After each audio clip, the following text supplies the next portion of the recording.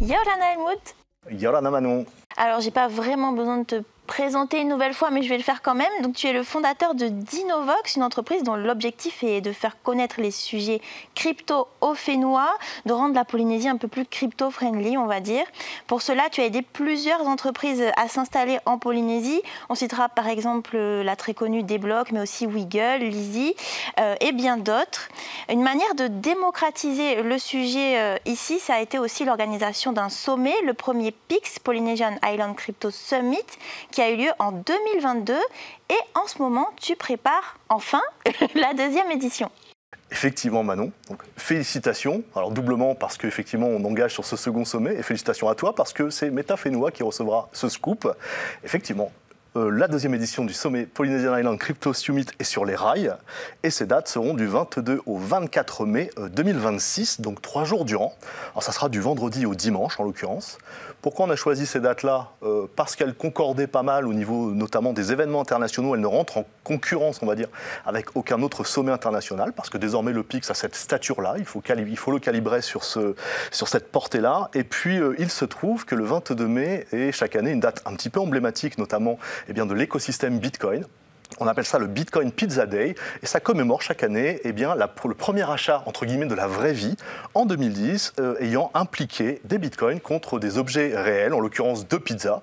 Alors coup de chance pour nous, l'objet en l'occurrence était intéressant, ça aurait été moins rigolo si ça avait été des bottes en caoutchouc, mais c'est tous les ans l'occasion d'échanger quelques pizzas et de parler bitcoin. On a eu la première édition polynésienne il y a quelques semaines maintenant et la prochaine édition du PIX coïncidera, parce que c'est plutôt bien fait, avec le Bitcoin Pizza Day. Alors les sujets crypto, même s'il y a eu un gros travail ici au Fénois, c'est quand même encore assez flou et je pense aussi pour les gens qui nous regardent en ce moment. Du coup, est-ce que l'événement, j'imagine qu'il y aura des conférences, est-ce que tout ça ce sera accessible à tout le monde ? Eh bien, cette seconde édition va être parfaitement raccord avec la toute première, celle de mai 2022, à savoir que le sommet sera articulé sur deux fondamentaux. La pédagogie, c'est-à-dire l'accessibilité pour vraiment monsieur et madame tout le monde, parce qu'on estime, dans les équipes qui animent PIX et qui animent Dinovox, que les innovations n'ont d'intérêt que si elles sont accessibles au plus grand nombre possible, et pas seulement à des petites castes de technophiles ou de gens un petit peu dans des sujets très très hermétiques. Donc on fera en sorte que à la fois les conférences mais également les démonstrations, parce qu'on n'apprend jamais mieux que quand on manipule soi-même, on fera des ateliers de démonstration ouverts au grand public, on fera en sorte que les interventions se fassent toujours autour de sujets très concrets, tourner autour de la vraie vie, et plus exactement parce qu'on remet toujours la Polynésie au centre des enjeux, que chacun, qu'il s'agisse de particuliers, de commerciaux, d'artistes, enfin de commerçants, pardon, et même d'institutions, puissent extraire du sujet crypto, qui est très large, qui est infiniment plus complexe que les simples crypto-monnaies, puissent extraire et s'inspirer de nouveaux leviers de croissance, de développement, peut-être d'un travail, peut-être d'un emploi, peut-être d'une nouvelle passion. Donc ça, c'est pour le côté technique. Et puis, encore une fois, parce que c'est conforme à notre ADN, l'intégralité de ce sommet international, et ça n'existe nulle part ailleurs en la matière, sera absolument gratuit. Alors avant de continuer, place au mot de la semaine.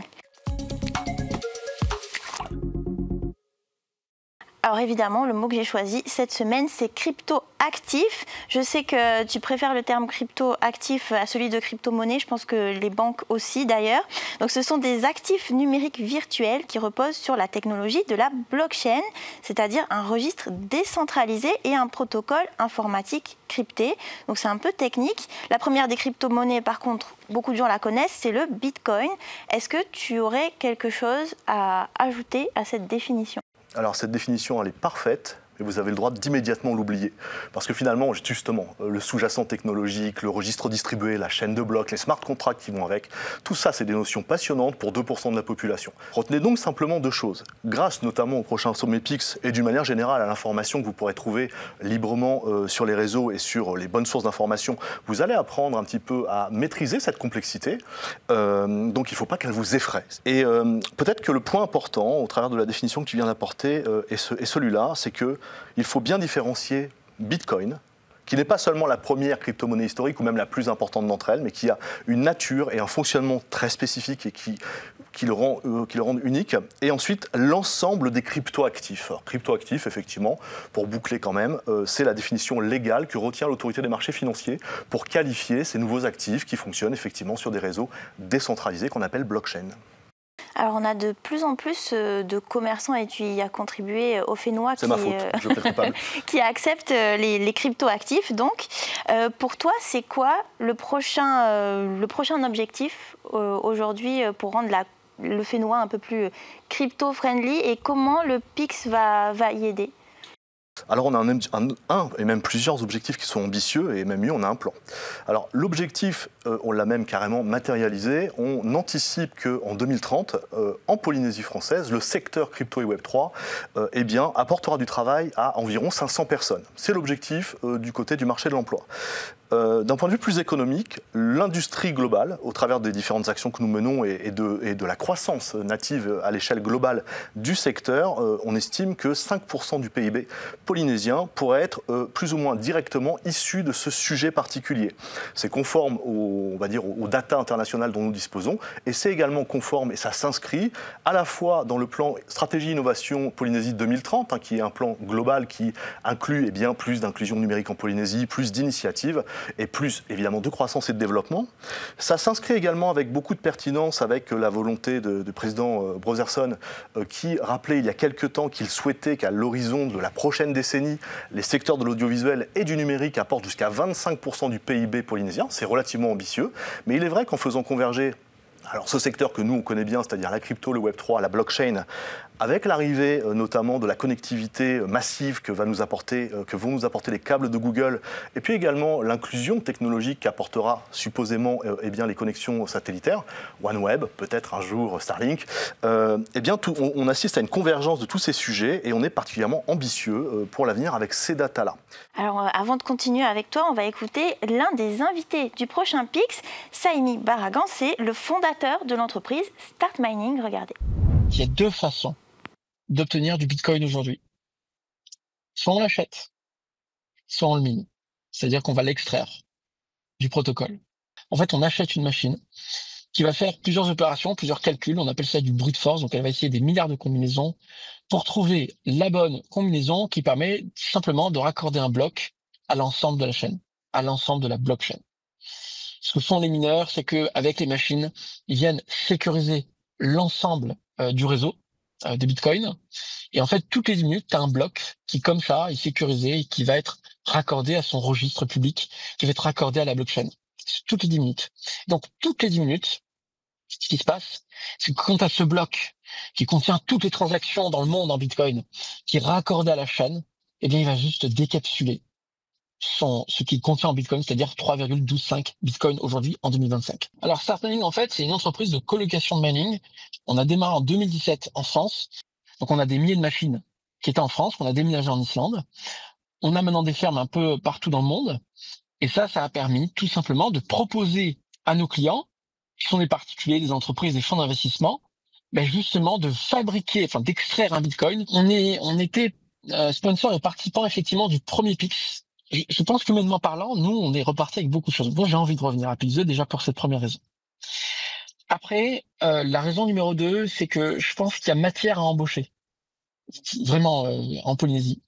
Je pense qu'il y a des cerveaux qui sont brillants, il y a aussi des énergies qui sont là, il y a des gens qui ont vraiment envie si tu veux, d'être au cœur de l'écosystème crypto et qui ont envie de vivre la révolution du Web3 de l'intérieur.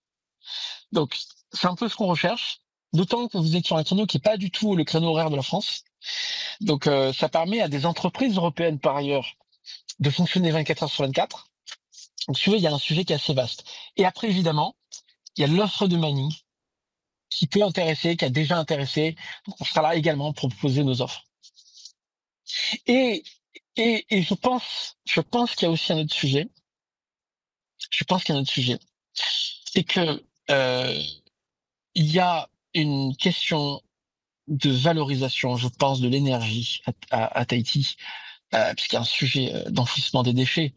Donc, je me demande si on ne pourrait pas, dans l'avenir, valoriser le déchet qui est une énergie primaire pour générer du Bitcoin directement à Tahiti. Et ça serait fantastique, si on y arrivait. Retour avec toi Helmut et place maintenant à la question des internautes. Alors évidemment, les crypto-monnaies, ça en fait rêver plus d'un et évidemment sur l'aspect investissement. Donc je vais te faire répéter certaines choses parce qu'on en a déjà beaucoup parlé dans des épisodes précédents. Est-ce que déjà il est toujours temps de s'intéresser aux cryptos? C'est quelque chose qui a démarré il y a longtemps maintenant. Est-ce que c'est toujours le temps d'investir et surtout comment ne pas se faire avoir? Alors 2 points évidemment extrêmement importants. Alors concernant le premier, en mai 2022, à la première édition du Sommet Pix, j'expliquais à nos participants qu'ils étaient early sur le sujet, ils étaient vraiment tôt sur le sujet crypto et Bitcoin et blockchain. Bitcoin était alors à 30 000 $. Pour le record, aujourd'hui, Bitcoin évolue à autour de 110 000 $. Mais oubliez un instant son cours, sa valeur, qui tend effectivement à augmenter avec le temps, mais avec des variations importantes, et considérez simplement que même en 2025, si vous vous intéressez aujourd'hui au sujet crypto, vous êtes en avance sur la plupart des banques, vous êtes en avance sur la plupart des États, vous êtes en avance sur la plupart des gros acteurs économiques qui, et ce n'était pas le cas en 2022, désormais ont fait pour certains le grand plongeon. Les États-Unis ont annoncé une réserve stratégique Bitcoin, des nations à travers le monde s'en inspirent, Bitcoin a changé d'envergure, mais pour autant, on est toujours au début du chemin. S'intéresser au sujet en 2025, c'est comme s'intéresser à Internet aux alentours de 2000. Il y a tout le temps du monde pour vous inspirer du sujet, rentrer dedans et en tirer encore une fois des leviers de croissance pour vous. Pour la partie prévention et risque, le sujet crypto est rempli de pièges. On ne va pas se mentir. Il a la convergence de la technologie et de l'économique. Il fait vite briller les yeux parce que certains qui connaissent mal le sujet peuvent avoir l'impression qu'on va s'enrichir rapidement. Et cet aspect-là n'échappe pas aux escrocs.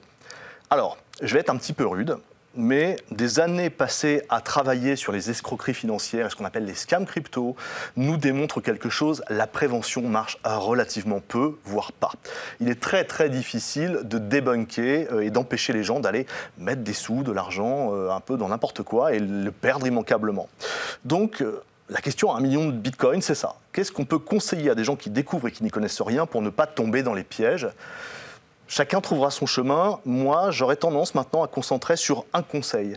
Ne soyez pas seul face aux opportunités qu'on va vous mettre sous le nez. Prenez le temps de faire un pas de côté et de demander conseil. Ça peut être à un proche, ça peut être à votre banque, ça peut être à votre notaire, ça peut être à votre grand-papa. Et ça peut être à nous. En l'occurrence, quand je dis nous, c'est la communauté crypto-polynésienne qu'on a la chance d'avoir désormais très dynamique, très investi, très facile à trouver. Donc il n'y a plus d'excuses. Vous marquez Tahiti plus Bitcoin ou Fénois plus crypto, vous allez tomber sur nous globalement. Et là, tout le monde est très disponible, très bienveillant. On a plein de personnalités qui sont pas plus loin qu'un message privé et qui vont vous aider. Et à 99%, une arnaque crypto, elle nous saute au visage, on la voit immédiatement. Donc on espère que le message est passé. En tout cas, c'est toujours bien de répéter très rapidement pour revenir au Pix. Est-ce que évidemment, est-ce que tu aurais d'autres noms à nous donner d'entreprises invitées à ce sommet? Alors, un petit peu comme en crypto, nous sommes très early. Là, on est à 9 mois du sommet. On a eu la chance, à la première édition de Pix, d'accueillir, et c'était, pour être tout à fait sincère, assez étonnant, on ne s'y attendait pas, on a accueilli des géants du secteur pesant plusieurs dizaines de milliards de dollars. Je citerai par exemple Binance, Multiversix, Avalanche, Meria, des mineurs de Bitcoin, etc., qui, étonnamment, on ne s'y attendait pas, ont répondu présent. Pour cette seconde édition, on va être sur une envergure infiniment plus importante parce que là, cette fois-ci, on s'y attend. Il ne se passe pas une journée sans que j'ai un acteur européen ou nord-américain du secteur qui m'envoie des messages pour dire when Pix 2, on est prêt, on est chaud, on vient. On va donc avoir les 22, 23 et 24 mai 2026 en Polynésie des acteurs extraordinaires, à la fois français, européens et plus largement asiatiques et nord-américains, qui représentent des géants, ce que l'industrie a de plus gros. Pour autant, aujourd'hui, à moins de 9 mois, je ne peux pas encore dévoiler les noms parce que rien n'est encore acté. Et on en reparlera très probablement dans quelques semaines, quelques mois, quand les choses deviendront officielles. Tout sera disponible évidemment sur les réseaux sociaux de l'événement et progressivement, on dévoilera tout ça. Merci beaucoup pour cette exclusivité et de toute façon, on va continuer à suivre ça. Merci à tous d'avoir suivi cet épisode de Méta Fénois. On se retrouve la semaine prochaine. En attendant, restez connectés.